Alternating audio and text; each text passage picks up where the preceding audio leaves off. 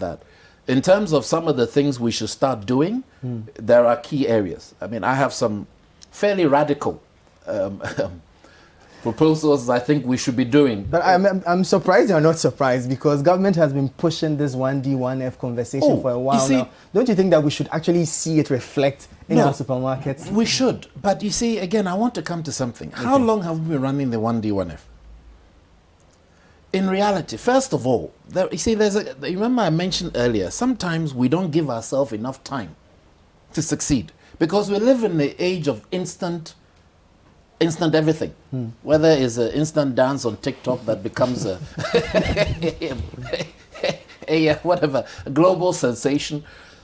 Do you know how long it took for Gihok first to be set up, or for the manufacturing company, from the day she thought about, I want to set up a factory, to the day it's opened? This is not something you do overnight. Point one. Point two, you have to build the momentum and the confidence levels that companies have, that if I set it up, I'm going to get backing. Because, look, entrepreneurs are a rare breed. Let us be really clear. The vast majority of people in the world work for people. When I say vast majority, 90+%.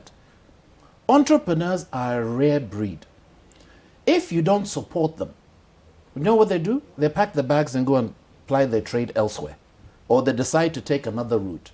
So what we need to do is have a situation where programs like the 1D, 1F have to be done for the next 20 years. Okay. For the next 10 years. We have to have a systemic program of saying that we are going to support this sector. And let me pick one that is always topical, rice. We should have a program like the Nigerians had that says that in the next 5 or 10 years, you pick the period, we are going to go from X percentage of the rice being consumed in Ghana being imported to X. When COVID hit, a country decided they're no longer sending us the rice. What other more incentive, what other more reason do we have for doing that? These are practical, and I'm happy to go. So, for instance, one of the things that I am been pushing for quietly, and I know today I will come out with, is that we should make the banks have a certain percentage of their balance sheet lent to manufacturing. He will tell you, when I was chairman of Cal Bank, that time he was at Cal, I was always on the case saying, why is the manufacturing such a small part of it? We should make it a rule, like they have in India. And they had a number of the countries that 20% of your balance sheet must be to manufacturing, or you don't maintain your license. Okay. I'm sorry, we've reached the stage where we have to be bold in some of our activity. Government has to lead the stage in paying people back on time. No, these are things we must, look, we just have to be honest with ourselves in what is engaged. We have to be able to honestly tell the Ghanaians, if we continue to consume, I don't want to pick a country, product X from product Y, when your kids don't get jobs, understand why. Because we cannot get those jobs if we continue to do these things. They say the definition of somebody who is not living in reality is doing the same thing over and over again and expecting a different result. If we keep living in a world where we keep importing, we will keep living in a world where we keep having problems.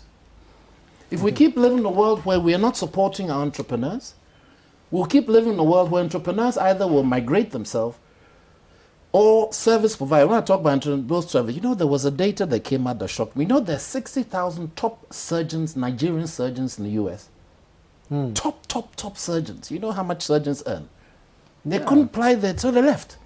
The brain drain, the skilled people we are losing. I actually hear that in the UK, most of their top health workers are from West Africa. It's Ghana a fact. And Nigeria. It's a fact. We haven't talked about services, but that's also fast-moving consumer goods, by the way. They're linked to that. So I think it is time that, and this discussion started. But I think we have lost a little bit of momentum and the urgency. And I really believe we need to bring it back, saying, what are we going to do? This is not a debate between NDC or MPP. This is Ghana. Or, sorry about the other parties. My father's old party, CPP, I shouldn't forget them. I'll get in trouble. We need to start having this discussion.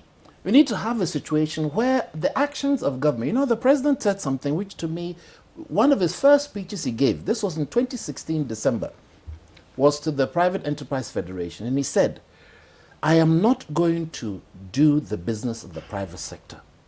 I am not going to crowd them out. It is key that governments don't crowd out the private sector. The banks do a very good business lending to government. There are some things we need to do. We have a situation where per capita we have more banks than even Nigeria. Yeah. This is a fact.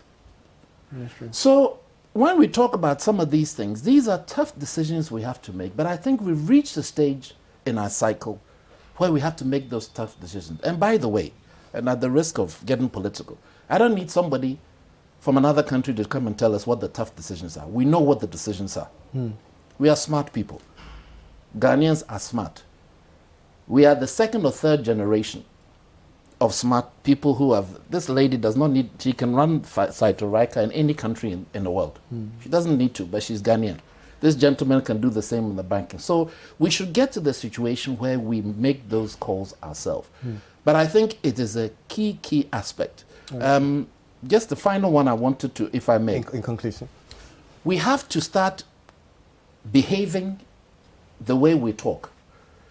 So the Vice President, for instance, made a couple of statements, which I don't know if it's been followed through. He said, for instance, that, let me give another example. We have a pharmaceutical company here. We should state that the Ghana Health Service will buy 90% of all what it needs from locally manufactured pharma companies. Now that makes a statement of intent and boldness. I know the VP said the same thing about fertilizers, and he said the same thing because at one stage, remember, we imported $50 million worth of toilet roll every year into Ghana. Can you imagine?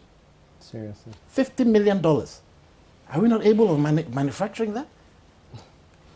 Anyway, let me stop there.